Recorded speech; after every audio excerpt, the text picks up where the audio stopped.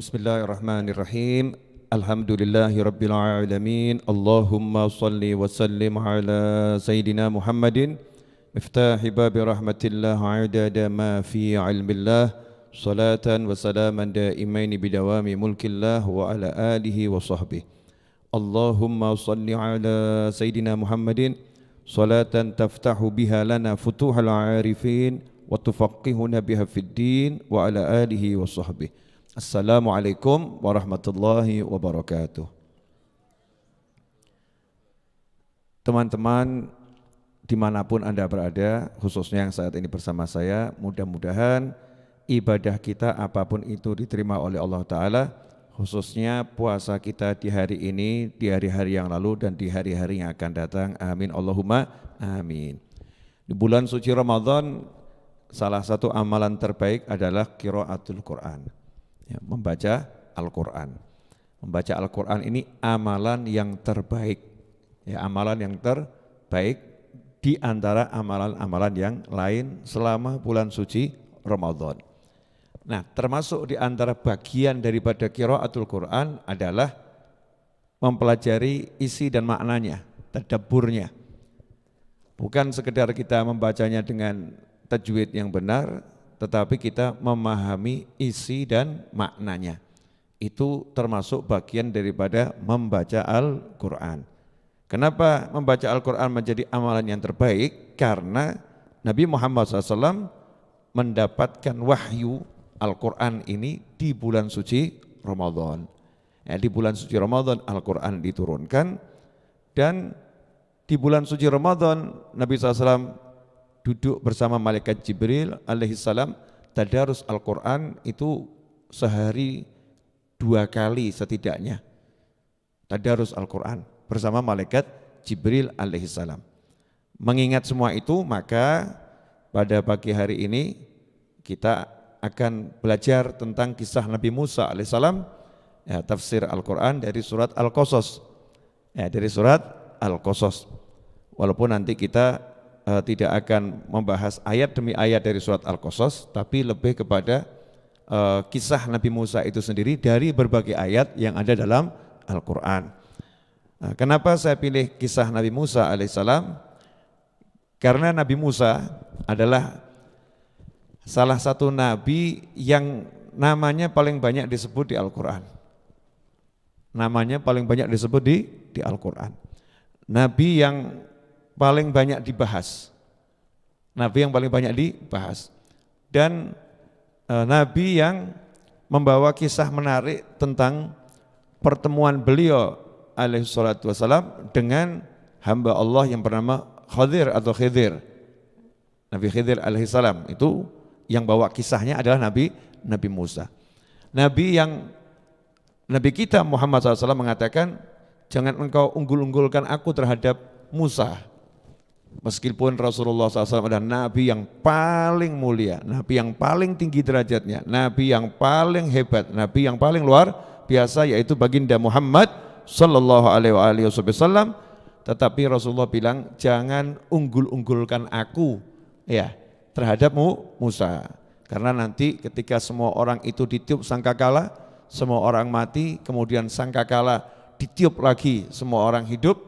Dikatakan aku melihat Musa alaihissalam sedang bergelantungan di arsy. Jadi sudah ada di arsy bergelantungan, dan Rasul mengatakan aku tidak tahu siapa yang lebih dulu bangun, beliau atau saya. Begitu kurang lebih sabda Nabi Muhammad SAW. Artinya di antara semua Nabi dan Rasul, Nabi Musa ini sangat menarik. Ya, semua Nabi menarik, semua Rasul menarik. Kisahnya indah, kisahnya luar biasa. Tetapi Nabi Musa punya banyak kisah yang menarik.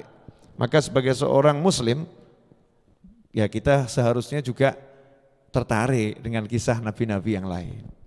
Ya, bukan cuma kisahnya Nabi kita, Nabi Muhammad SAW, tapi nabinya umat-umat terdahulu.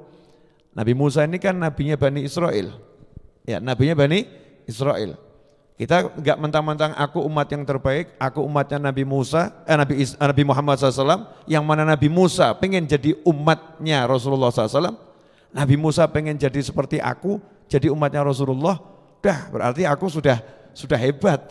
Ya, enggak perlu aku belajar kisah Nabi Musa, wong sudah punya Nabi Muhammad SAW, ngapain belajar kisah Nabi Musa? Ini namanya umat enggak jelas kalau ngomongnya seperti ini.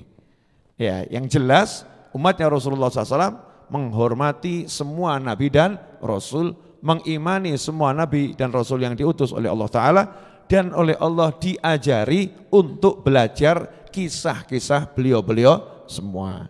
Nah, kalau kita buka surat Al-Qasas, ya, surat Al-Qasas dari ayat yang pertama, di situ sudah disebutkan Ta Sin Mim tilka ayatul kitabil mubin natlu 'alaika min naba'i Musa wa Fir'aun bil haqqi liqaumin yu'minun.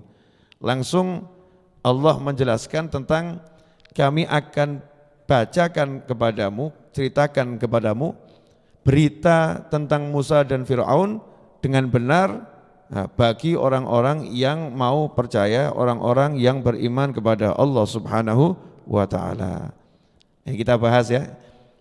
Surat Al-Qasas ini menarik dari semua surat dalam Al-Quran. Surat Al-Qasas itu satu-satunya surat yang membahas, ya, satu-satunya surat yang membahas kisah, tidak menyertakan kisah Nabi dan lain.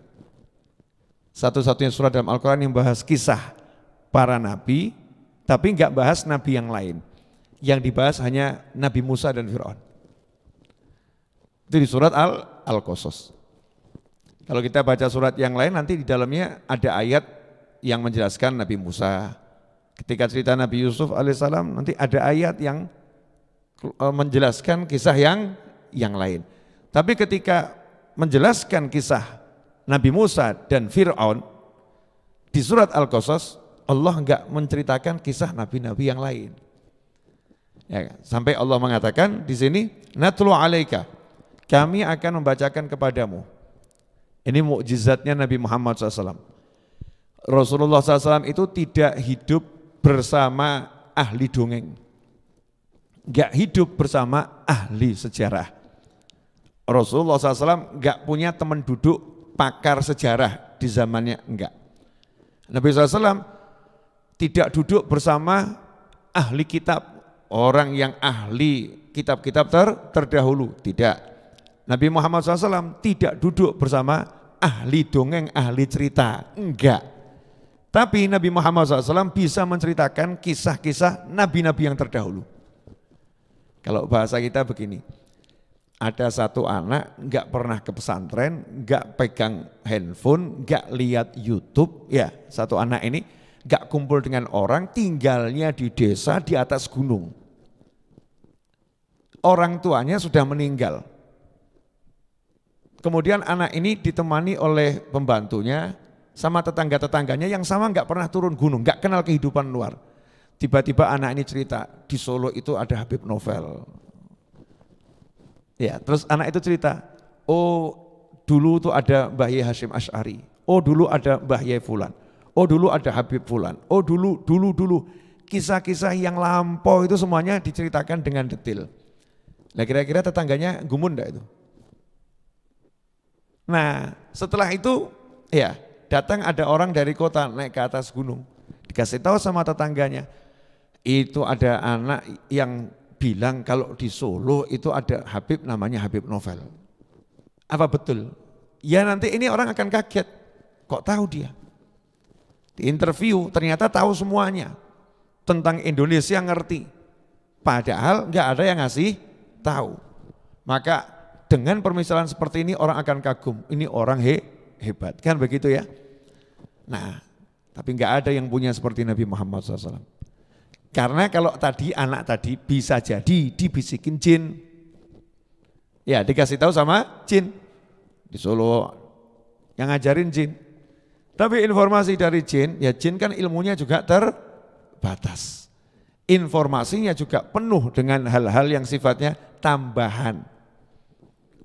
Jadi informasi dari jin dan informasi dari manusia ini sepuranipun ingkang kathah, mohon maaf sesama manusia, sekedar mengingatkan diri kita. Kita ini kalau ngasih informasi tidak luput dari tambahan. Contoh, bagaimana pendapatmu tentang Habib Novel? Oh, orangnya ganteng. orang enggak ganteng, rambutnya enggak ada yang putih. Ini kira-kira ceritanya benar atau sudah ada tambahannya ini? Rambut saya kan sudah hampir putih semua. Kalau sekarang ini kan coklat tua karena mergo asemiru disemir. Ya, orangnya ganteng banget, nah, jelas berlebihan nih. Ya saya ganteng-ganteng biasa, laki-laki ganteng. Tapi kalau banget ya enggak. Mulai ada lebay kisahnya ya. Habib Novel itu rumahnya 10 hektar, ngawur. Gara-gara lihat Masjid Ar-Raudhah itu luas, bilang rumahnya 10 hektar. Mulai ada tambahan. Tambahannya itu ada yang sesuai ditambah-tambahin, ada yang enggak sesuai dimasukkan.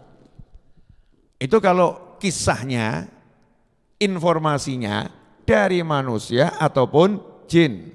Ya, wahai jin jangan tersinggung, ya, ini fakta. Nah ini fakta. Tapi kalau kisah itu yang nyampaikan Allah Azza wa Jal, enggak ada tambahnya, enggak ada kurangnya. Alal waqi, sesuai dengan kondisinya. Kondisinya seperti apa? Yaitu yang diceritakan oleh Allah Subhanahu wa Ta'ala. Maka di jagat raya ini tidak ada kisah yang lebih otentik daripada kisah yang ada dalam Al-Quran. Karena itu kamu jangan mengimani kisah-kisah yang lain kalau bertentangan dengan Al-Quran. Boleh sekedar informasi, tapi kamu katakan ya tetap yang saya pegang adalah Al-Quran dan selalu yang saya pegang adalah Al-Quran. Gak mungkin salah. Bil haq, kata Allah, saya akan sampaikan kisah ini dengan benar. Karena itu dikatakan di sini naba. Ini kisah yang disampaikan Allah ini berita yang besar. Berita yang besar, bukan sekedar cerita, tapi cerita yang mengandung pemberitaan yang kalau sekarang viral tapi urgent gitu. Viral tapi urgent. Ini kisahnya berita besar nih. Itu pakai kata naba. Kalau berita biasa khobar, surat kabar, itu berita biasa. Tapi ada headline. Nih headline-nya ini biasanya beritanya super ya, beritanya super. Nah di Al-Quran ini di surat Al-Qasas Allah mengatakan, Natlu alaika min naba'i Musa wa fir'auna bil haqqi liqaumi yu'minun. Kami akan bacakan kepadamu wahai Nabi Muhammad SAW bagian daripada berita besar yang jadi headline, yang urgent, yang luar biasa tentang kisahnya Musa dan Fir'aun bil haq. Kisah yang otentik, enggak tambahin, yang benar. Liqaumi yu'minun. Kami ceritakan ini untuk orang-orang yang mau percaya, orang-orang yang beriman kepada Allah Subhanahu wa Ta'ala. Nah, kenapa surat Al-Qasas ini hanya menceritakan kisah Nabi Musa dan Fir'aun? Karena kisah Nabi Musa dan Fir'aun ini adalah kisah yang dahsyat, menceritakan tentang manusia yang super sombong di jagat raya, yaitu Fir'aun. Dan bagaimana orang yang lemah dijadikan oleh Allah Ta'ala sebagai penakluk orang yang paling sombong di jagat raya. Antara super sombong dan ngaku super kuat, ngaku super hebat berdasarkan kondisi yang ada, punya kerajaan yang besar, punya bala tentara yang berlapis-lapis, ya, ada pasukan ini, ada pasukan ini, ada ahli ini, lengkap itu di kerajaan kerajaan Fir'aun, ya, di kerajaan Fir'aun lengkap, dan diutus Nabi dari kelompok yang lemah, yaitu Bani Israel, yang saat itu dijadikan budak. Bani Israel dijadikan budak oleh Fir'aun. Fir'aun punya kerajaan yang bagaimana? Besar, kerajaan yang kokoh, bala tentaranya itu berjenis-jenis, berlapis-lapis, berahli-ahli. Ya, Bani Israel lemah, kelasnya kelas budak. Nah Allah katakan di sini kisah Nabi Musa dan Fir'aun yang zalim itu. Fir'aun yang lalim itu, Fir'aun yang sombongnya luar biasa. Allah akan tunjukkan yang sombong itu kalahnya sama yang lemah. Jadi untuk mengalahkan yang sombong ini Allah tidak datangkan seorang raja dari negara lain yang punya kekuasaan besar pula. Allah enggak datangkan seorang rakyat yang punya pasukan. Sampai hari ini kan tidak ada sejarahnya Nabi Musa punya pasukan. Betul? Kan dibaca di Al-Quran itu, bahkan Nabi Musa ngajak kaumnya, yuk kita perang lawan Fir'aun. Jawaban kaumnya, mangkato dewi. Silahkan jalan sendiri, kamu berperang saja, ajak Tuhanmu perang lawan Fir'aun. Kita duduk di sini. Ini kira-kira kurang ajar. Ya sangat kurang ajar. Tidak punya pasukan, sendiri. Ya Nabi Musa sendiri. Punyanya apa? Mustad'afin, orang-orang yang lemah. Orang-orang yang diremehkan, orang-orang yang dipandang sebelah mata. Nenek-nenek, kakek-kakek, anak-anak kecil. Kira-kira melawan Fir'aun menang enggak? Hitam di atas putih, hitungan kertas, kalah total. Ya kalah total. Justru hitungan kalah total ini yang dipakai Allah untuk membuktikan bahwasannya yang super sombong itu dia akan kalahnya sama anak-anak kecil, wanita tua, nenek-nenek di bawah pimpinan seorang nabiku terpilih yaitu Musa alaihissalam. Sehingga untuk mengalahkan kekuatan yang super besar nggak perlu angkat senjata, ya nggak perlu angkat senjata, nggak perlu buat pasukan, kumpulin nenek-nenek sama kakek-kakek sama anak-anak, dipimpin sama orang yang lurus di jalan Allah Subhanahu wa Ta'ala, dan orangnya juga nggak ngangkat senjata, diplomasi langsung kepada yang zalim, yang sombong, yang namanya Fir'aun. Hasilnya Fir'aun KO total, kalah tuh total. Jelas semuanya? Ya, insya Allah jelas. Ya, ini jangan suruh saya teriak-teriak terus, ini Ramadan ini. Kopi enggak disediakan, teh enggak disediakan, air enggak disediakan, kan siapa tahu saya lupa minum gitu kan ya. Disediakan kan godaan ya. Siapa tahu saya lupa minum gitu. Enggak ada yang mendoakan semoga Habib lupa biar enggak kehausan ya.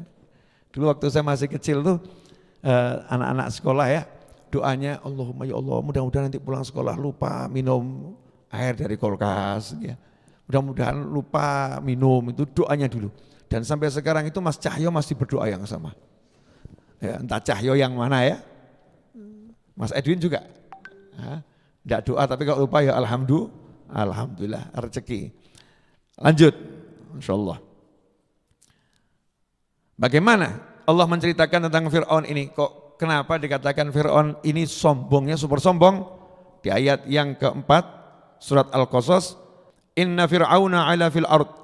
Sesungguhnya Fir'aun itu dia berbuat, kalau diterjemahkan Indonesia, sewenang-wenang sombong. Tapi dari kata ala ya'alu, meninggi.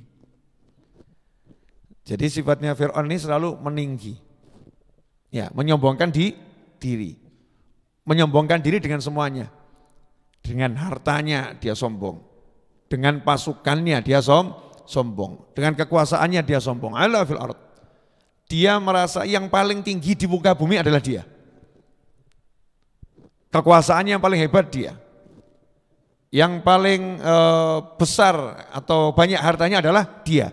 Itu makna Fir'aun ala. Dia paling tinggi. Nah, karena paling tinggi dengan semua kekuasaan yang dimiliki, maka Fir'aun sewenang-wenang. Maka Fir'aun zalim. Maka Fir'aun suka membunuh. Maka Fir'aun suka menyiksa. Kenapa? Gak ada yang bisa menyentuh aku. Aku paling tinggi, yang lain di bawah. Gak ada yang bisa mengusik aku. Gak ada yang bisa jatuhin aku. Karena aku yang paling tinggi. Nah dikatakan Fir'aun ini saking merasa paling tingginya, ya, Fir'aun itu bukan sekedar tinggi biasa. Sampai dia mencari yang paling tinggi itu siapa? Oh dia bilang Allah kok paling tinggi. Nah kalau paling tinggi masih jadi manusia kan berarti ada yang lebih tinggi. Maka Fir'aun itu mengatakan aku Tuhan kalian. Spol toh ya. Ada enggak yang lebih tinggi dari Tuhan? Enggak ada. Jadi Fir'aun ini ngambil pangkat sombong yang paling super. Raja yang zalim misalnya begitu ya. Masih ada raja lain yang mungkin lebih zalim. Raja yang paling zalim, raja yang paling kuat, raja yang paling perkasa. Oh masih ada. makhluk Allah lain, namanya malaikat lebih kuat dari kamu. Ada Allah Tuhannya jagat raya yang paling kuat dari semua yang kuat. Karena Fir'aun paham itu, bisa muncul itu di benak manusia yang nyembah patung, manusia yang nyembah pohon saat itu. Ya, di masa Fir'aun. Jadi sesembahan kalian siapapun itu di bawah saya. Keren. Kenapa? Karena aku Tuhannya kalian semua. Itu kalimatnya Fir'aun. Sombongnya luar biasa. Makanya kalau kita di zaman ini lihat ada orang sombong, jangan kaget. Kenapa? Kelas teri. Baru sombong kelas teri. Sombongnya Habib, Ustadz, Yai, orang itu sombongnya luar biasa. Ngaku paling cantik satu kota. Baru ngaku paling cantik satu kota. Belum satu negara. Belum satu dunia. Ini masih sombong kelas teri. Lalu yang sombongnya seperti itu aja hancur. Apalagi yang kelas teri.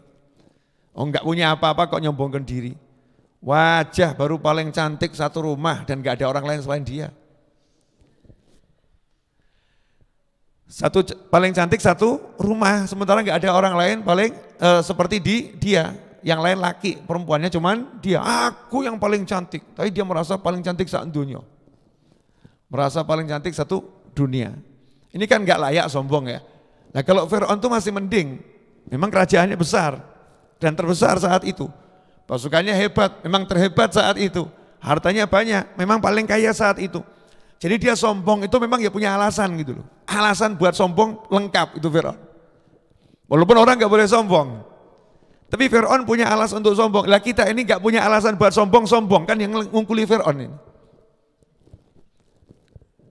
Gak punya alasan buat sombong tapi sombong.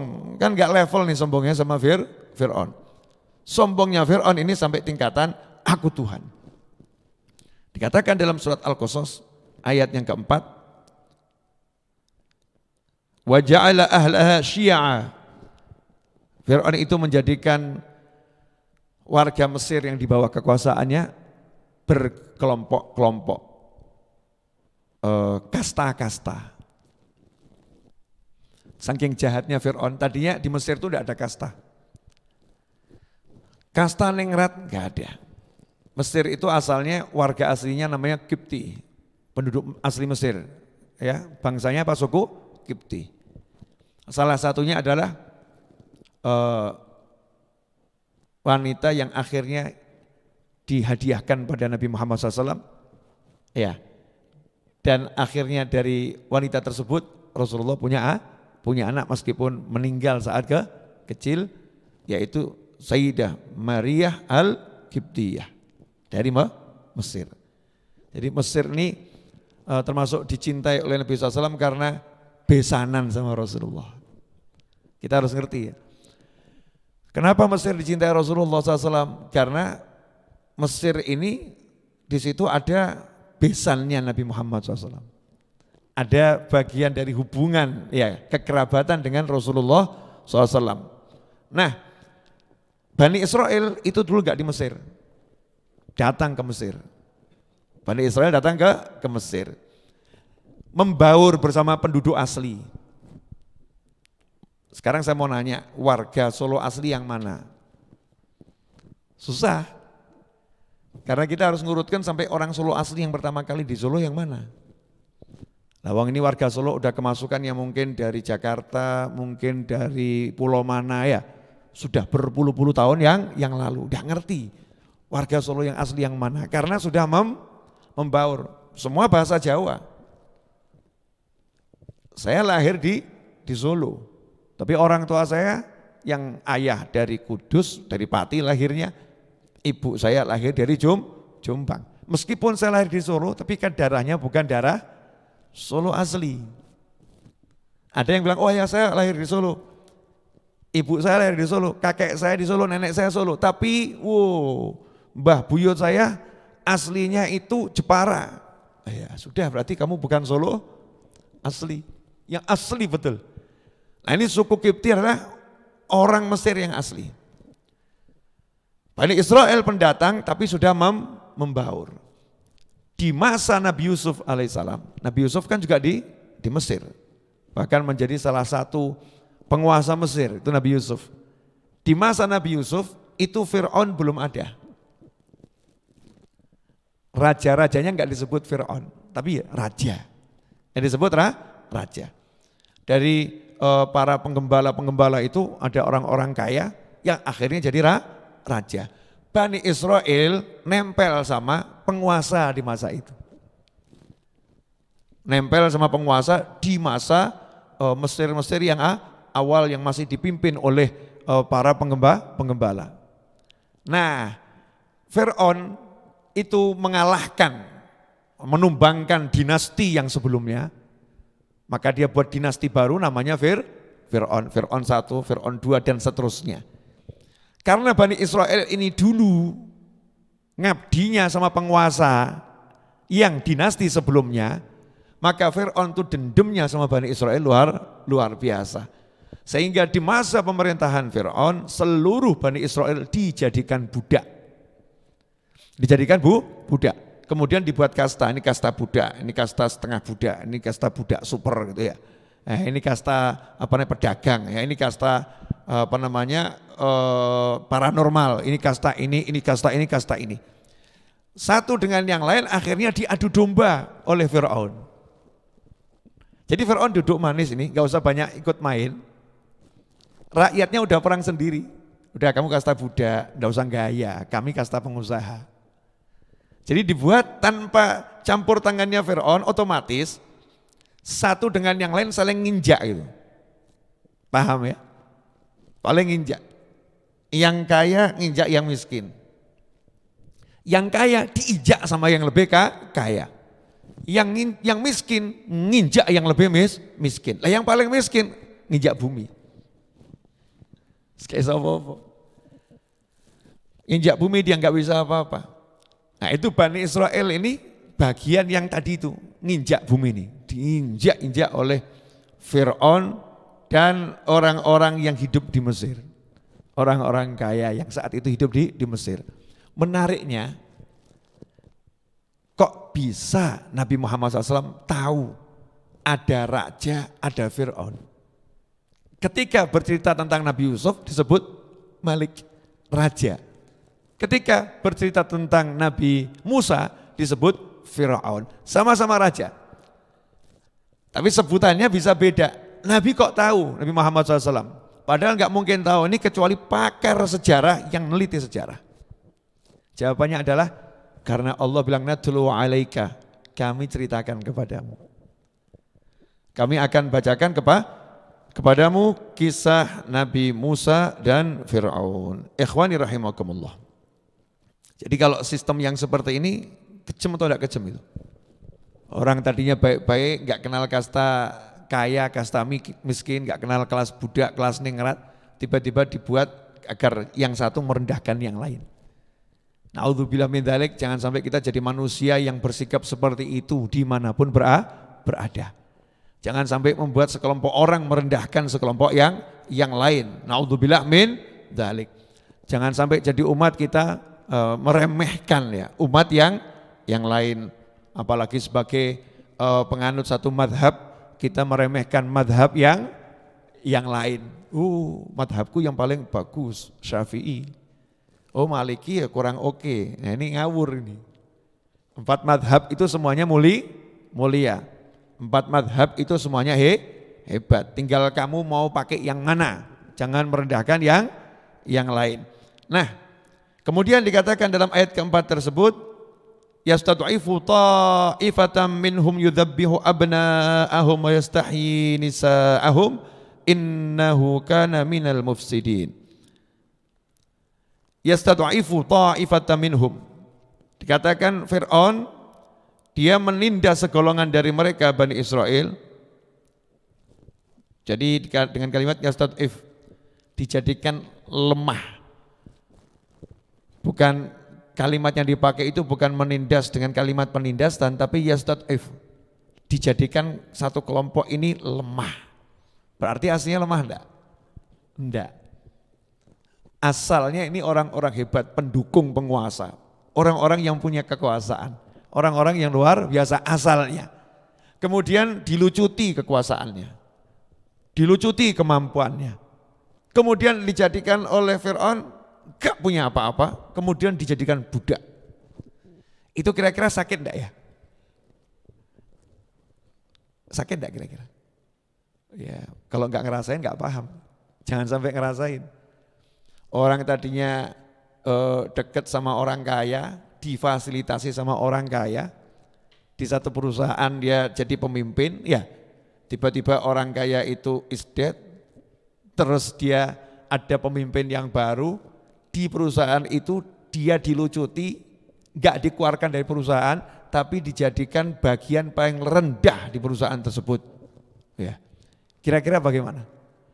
Atasannya yang tadinya itu bawahannya, tiba-tiba atasannya manggil dia, buatkan kopi ya.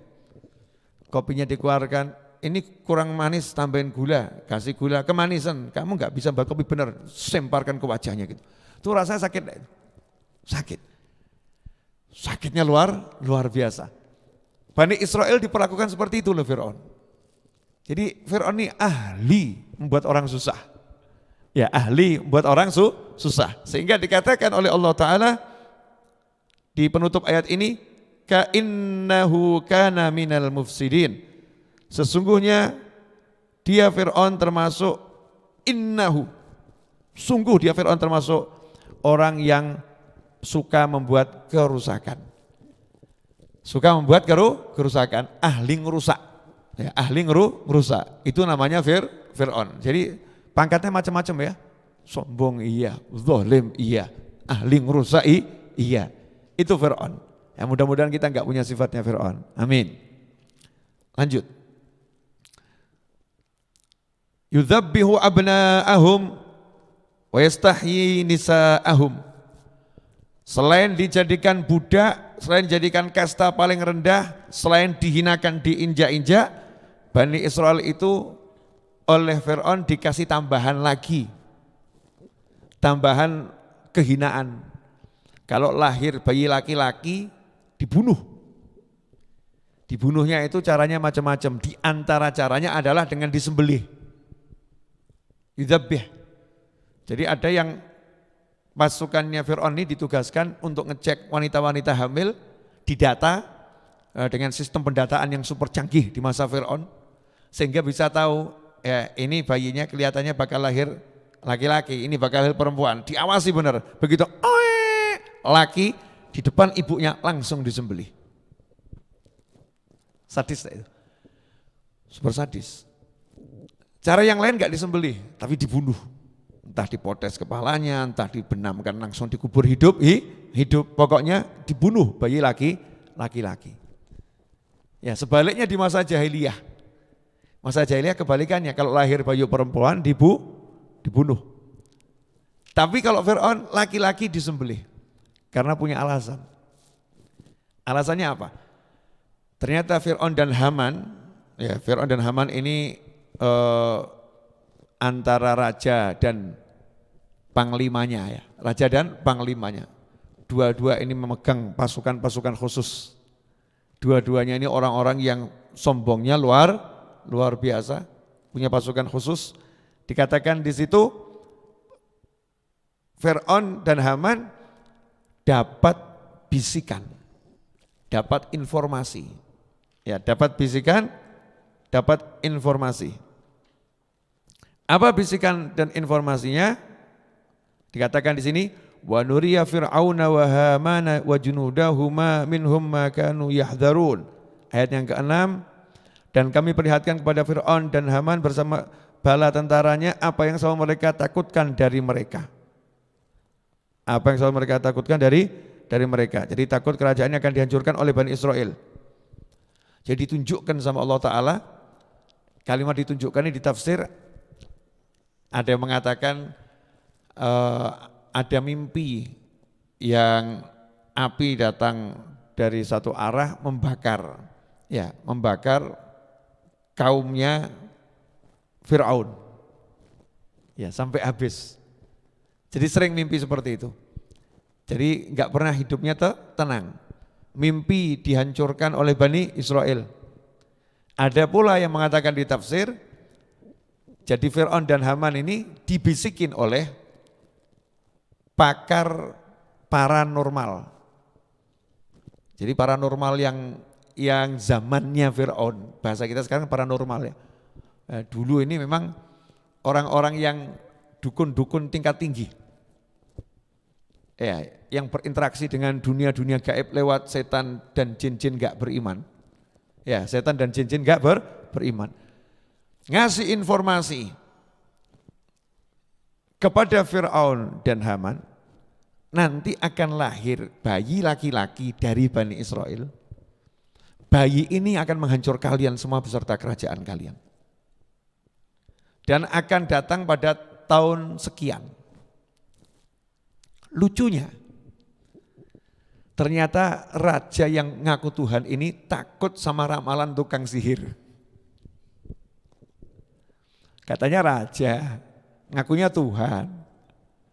Ngakunya Tuhan. Kok takutnya sama apa? Ramalan tukang sihir. Enggak takut dengan ancaman nyata yang di depan mata, enggak takutnya sama omongan tukang sihir. Nanti ada bayi laki-laki. Nanti. Kalau omong raja beneran kan nyantel. Kalau memang dia itu kuat beneran nyantai. Ya biar lahir. Ya saya tunggu aja dia. Saya lihat sampai nanti dia ngelawan saya. Dunia biar tahu siapa yang lebih kuat di antara kita. Ya, siapa yang lebih kuat di antara kami. Misal begitu. Ini penguasa beneran, ini gentle gitu ya.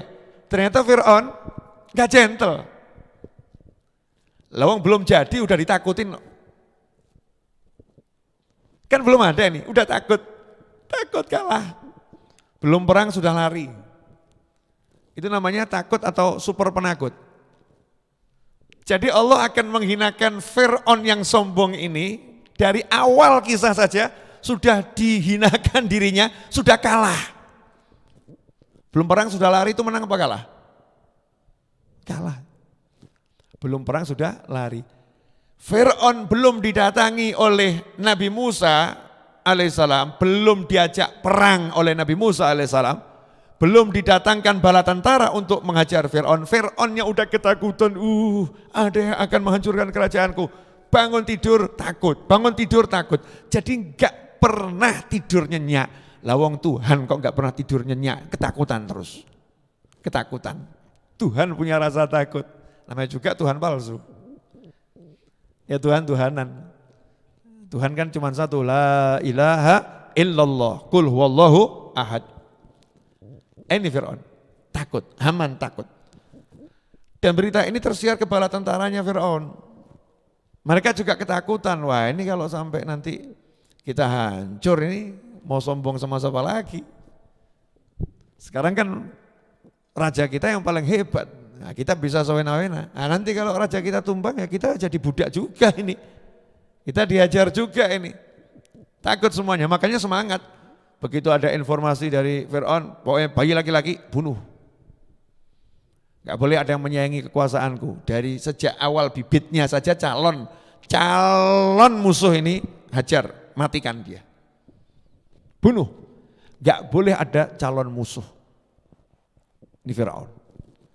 Saya mau nanya sama semuanya, coba direnungkan ya. Lihat bagaimana cara Allah mengajak kita melihat.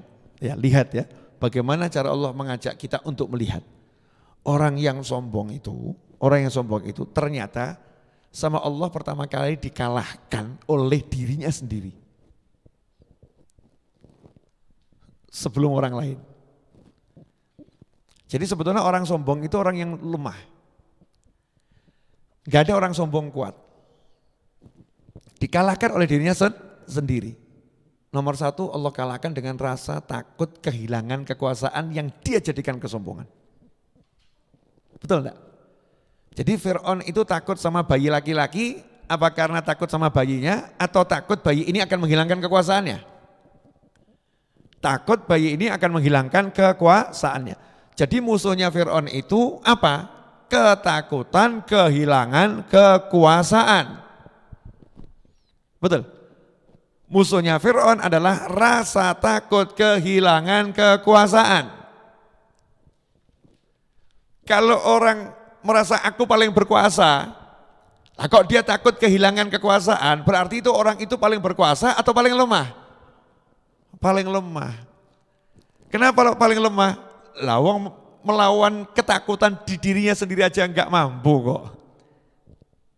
Nggak mampu melawan dirinya sendiri. Karena itu Nabi Muhammad SAW menyatakan, orang yang kuat itu bukan orang yang pandai gulat. Orang yang duel terus menangan, bukan itu.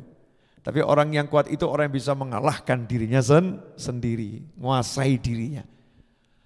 Full control, ya, dirinya dikontrol dengan semaksimal mungkin. Dia bisa kendalikan dirinya dengan izin Allah Subhanahu wa Ta'ala. Ini orang yang paling kuat. Makanya Muslim itu menjadi manusia yang paling kuat. Ya, Muslim itu jadi manusia yang paling kuat. Karena sejak awal tidak takut kehilangan apapun. Nyawanya hilang, pasti mati. Ya pasti mati. Perkara matinya nanti besok lusa pasti mati. Yang penting husnul khotimah, caranya yang betul. Kan begitu ya. Mati yang manfaat. Mati ketika mati meninggal dunia menyenangkan orang. Jangan sampai meninggal dunia membuat susah orang. Meninggal waktu ibadah, sholat, zikir, baca Al-Quran. Jangan meninggal ya dengan menyakiti orang lain. Masya Allah. Kemudian punya duit, Muslim, gak takut kehilangan. Makanya Muslim yang sejati sedekah gak kakean mikir. Nyah, gak kakean loh ya. Mikir tapi gak kakean. Dia pikirkan SPP anak, dia pikirkan kontrakan rumah, dia pikirkan ya, mikir tapi enggak kebanyakan mikir. Nih ada tabungan, ini buat kontrakan 7 tahun ke depan, lu kakek mikir ini. Masih 7 tahun kok dipikir sekarang. Sekarang bagikan buat sedekah sana, sedekah sini. Tidak takut kehilangan hartanya.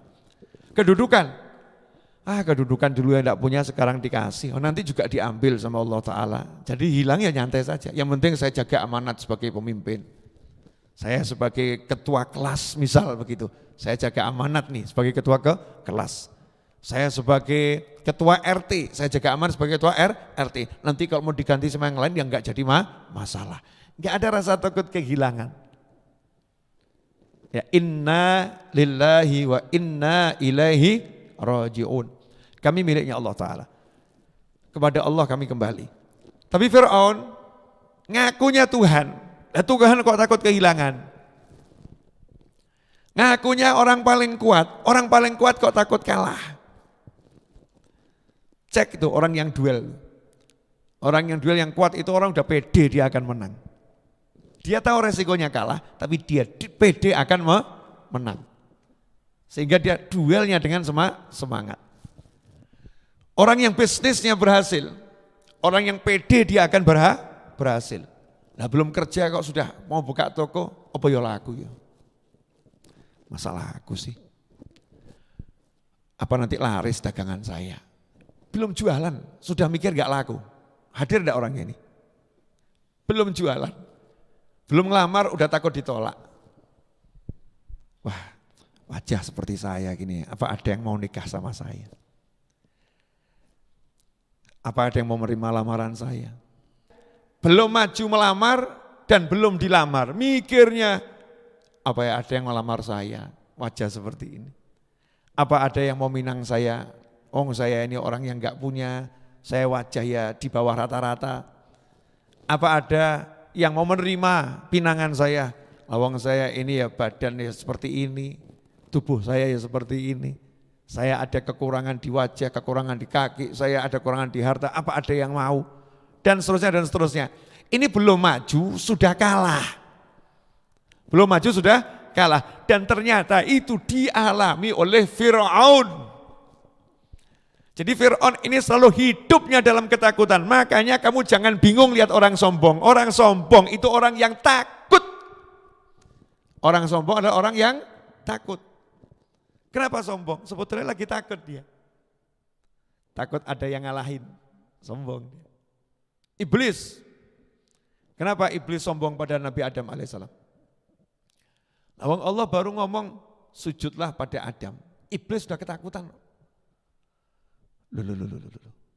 Siapa ini? Manusia. Jalan saja susah. Oh, saya kan kecepatan kan super cahaya. Cus, ini manusia. Gerak susah. Baru diciptakan. Saya suruh sujud. Ini nanti mau ngalahin saya. Ini nanti akan nguasain saya. Ini nanti akan. Jadi baru suruh sujud. Allah kan belum nyuruh yang lain ya. Baru suruh sujud itu iblis udah takutnya macam-macam. Wah nanti posisi saya akan digeser.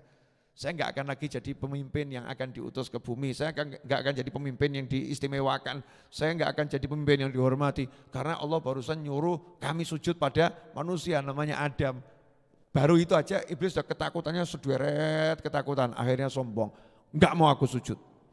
Jadi nggak mau sujudnya itu karena apa? Takut kehilangan kekuasaannya.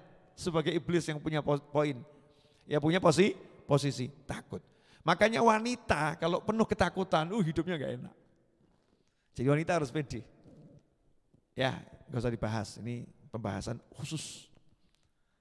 Ya, yang paham, yang gak paham gak usah paham. Ya, ini kode keras. Ya, untuk yang paham. Yang gak paham, dikode tetap gak paham. Takut, misalnya begini, sudah tak cetok no welo-welo. Wanita kok punya suami ganteng, takut. Nanti kalau dia dilirik perempuan lain bagaimana? Yes, mesti wong lanang ganteng dilirik wong akeh. Kan begitu ya.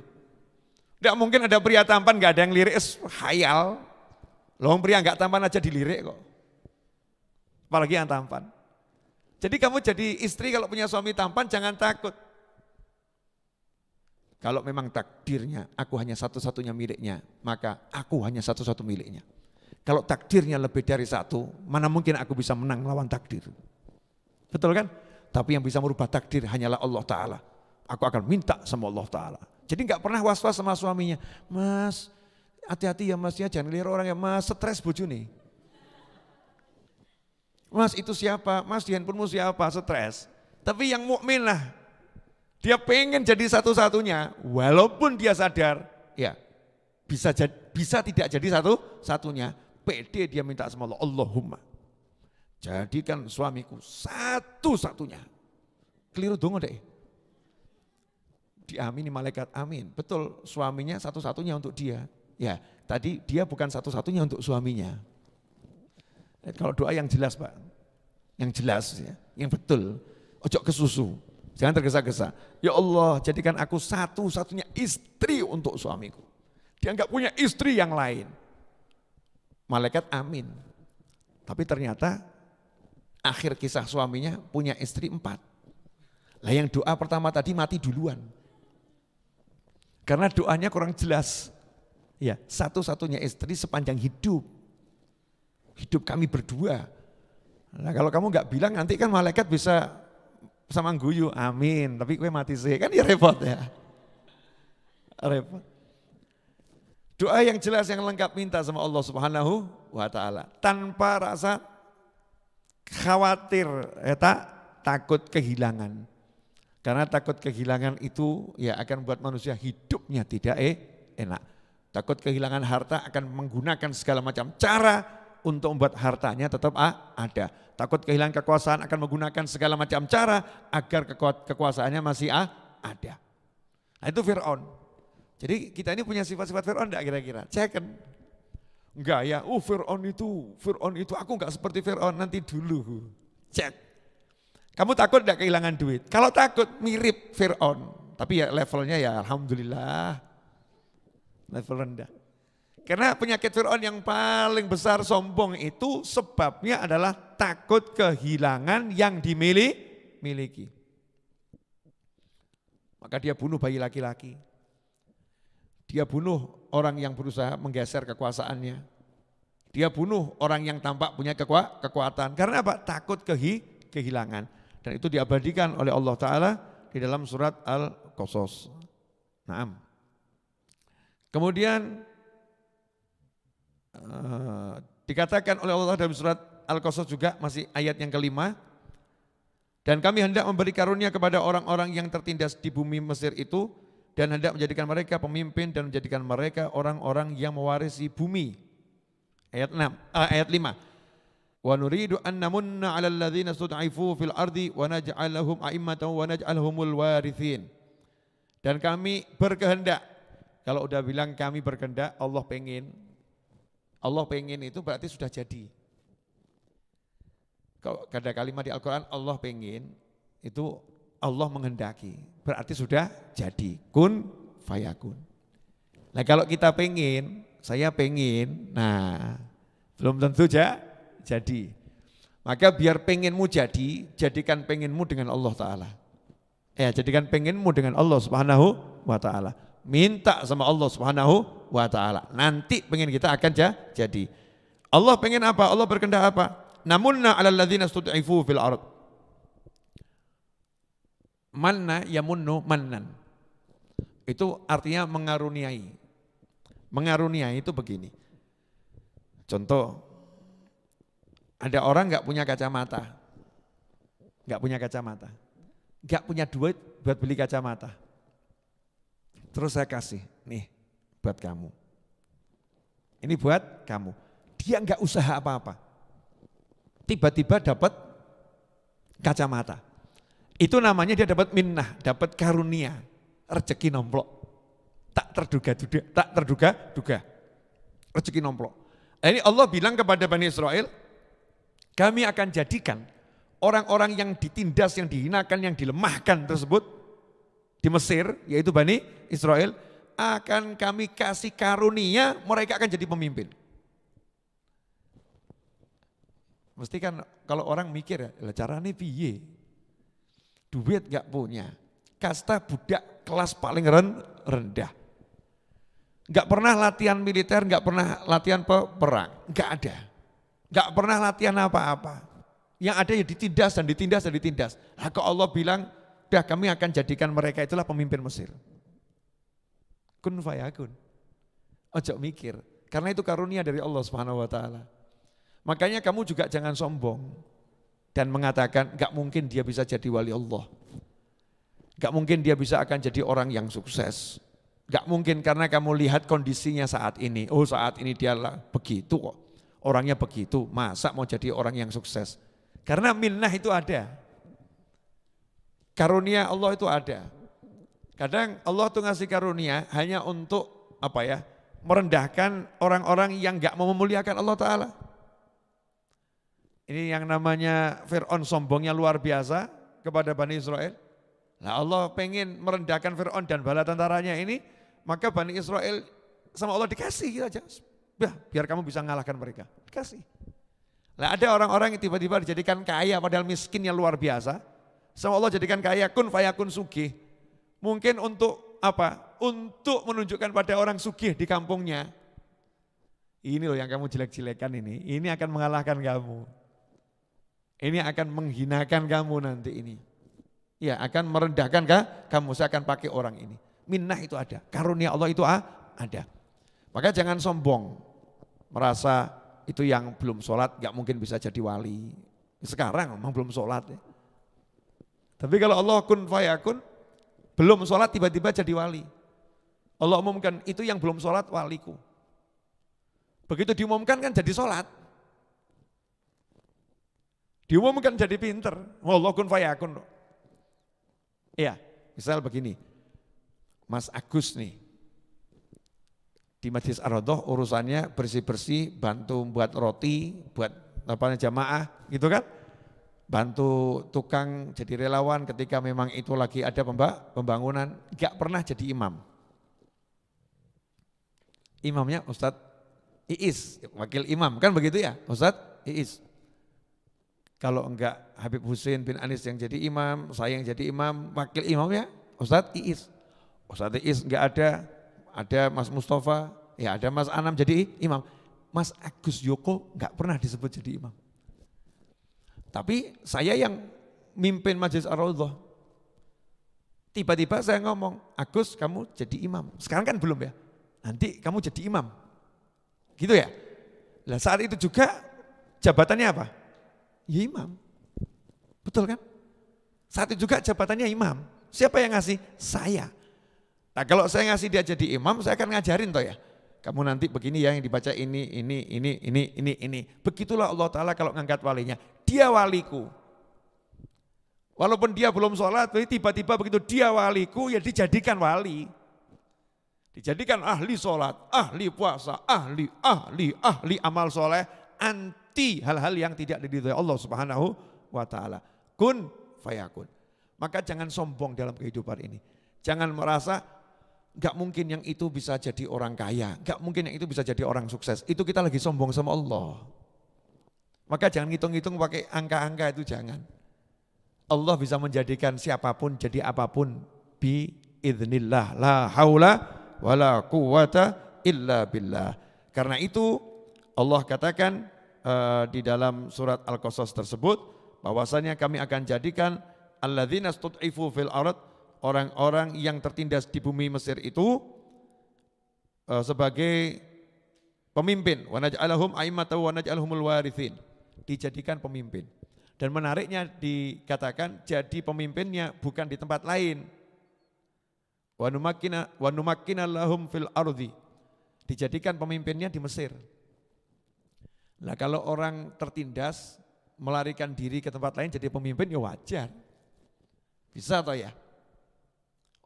Pindah terus jadi pemimpin di tempat lain, bisa. Ini enggak, jadi pemimpinnya ya di tempat di mana dia ditindas tadi.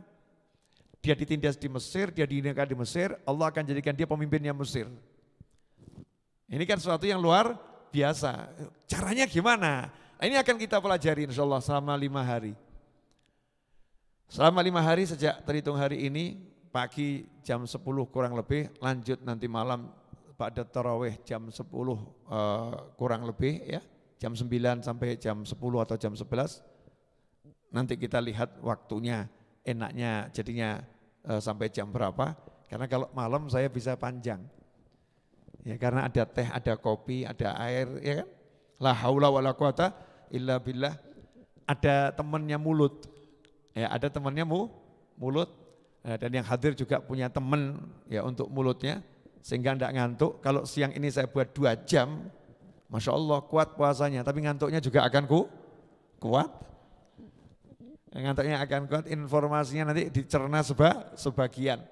Insya Allah selama 5 hari kita akan belajar bersama. Bagaimana cara yang digunakan Allah untuk menjadikan alladzina stud'ifu fil ard, orang-orang yang dilemahkan, dihinakan di Mesir ini menjadi pemimpin Mesir. Caranya gimana? Subhanallah, nanti caranya semua Allah serba menggunakan yang lemah-lemah. Allah pakai yang lemah. Gak ada cara kekerasan sedikit pun. Semuanya menggunakan kelemahan untuk mengalahkan kekerasan. Menggunakan kelemahan untuk mengalahkan kesombongan.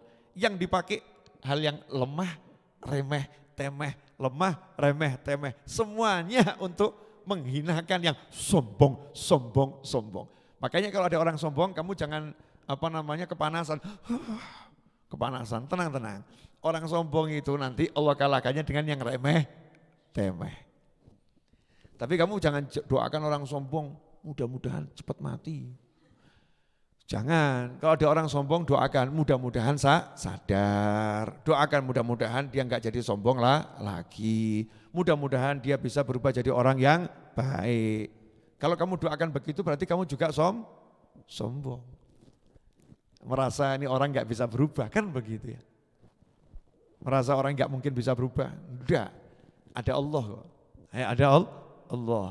Ya kita menggunakan syariat dengan mendoakan, berbuat yang terbaik, nasihatin, itu tugas kita. Tapi Allah punya cara, yang kita bahas bukan cara kita ini ya, caranya Allah Subhanahu wa Ta'ala. Bagaimana caranya Allah menyelesaikan orang sombong? Makanya hati-hati, kalau kita sombong, naudzubillah min dzalik, kalau kita sombong berarti kita kan merasa nggak ada orang nih yang mampu ngalahin kita ya. Hati-hati loh, begitu kamu sombong, kamu nggak berhadapan dengan orang-orang ini. Kamu enggak berhadapan dengan pemikiran manusia enggak, pemikiranku yang terhebat. Kamu enggak berhadapan dengan pemikiran manusia, kamu langsung berhadapan dengan Allah Ta'ala. Jadi orang sombong itu langsung yang ngadepin Allah. Yang ngadepin Allah. Sementara orang yang ditindas, dilemahkan, langsung yang bantu Allah. Makanya Jangan kemudian merasa tertindas. Wah, aku ini punya bos yang semacam itu, susah hidupku. Mulailah berbahagia. Kalau bosku nindas aku, meskipun aku tertindas, Allah yang akan bangkitkan aku untuk jadi bos. Ya, untuk jadi bos.